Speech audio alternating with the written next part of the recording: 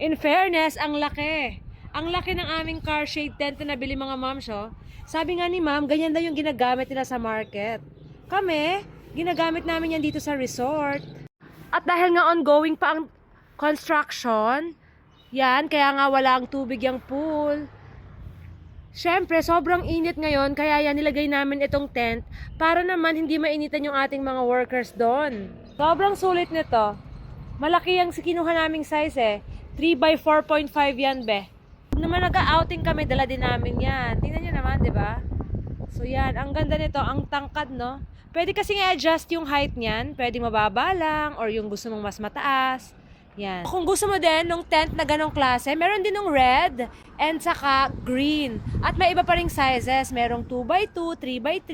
So pili ka lang kung anong gusto mo. Yan. Perfect to, pero rin sa garahe ng mga sasakyan nyo o kaya sa garden. Or kaya pag may mga camping outing or any events mga moms.